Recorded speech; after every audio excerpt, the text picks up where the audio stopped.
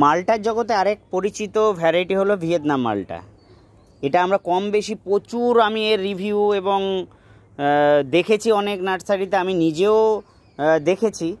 তবে ব্যক্তিগতভাবে যদি আমাকে জিজ্ঞাসা করেন যে আমি আমার ছাদ বাগানে এই মালটাটা রাখবো কি রাখবো না, আমি কিন্তু এই ভিয়েতনাম মালটা গাছ আমার ছাদ বাগানে ছিল, আমি কেটে ফেলে দিয়েছি একদম।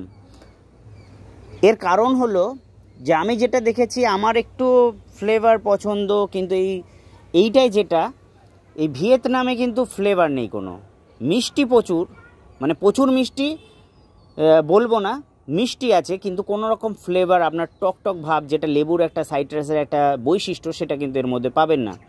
আর এটার কি হয় একটু ত্বক জ্বালা জ্বালা করে যখন আপনি খাবেন, সেটাও মানে যেটা আমরা বাতাবি লেবুতে পেয়ে থাকি সেই ধরনের লাগে বলে আমি কিন্তু ব্যক্তিগতভাবে ওই তেতো তেতো ভাবের জন্য আমি এটা গাছটাকে ফেলেই দিয়েছি, আমি আর সেই গাছ রাখিনি। আপনাদের চয়েস, যদি আপনারা 12 মাসই গাছ রাখতে চান তবে কিন্তু আপনার ছাদ বাগানে শোভাবর্ধন করার জন্য এবং ভালো লাগার জন্য একটা রাখতে পারেন এই গাছ। এটা হলো ভিয়েতনাম মালটা।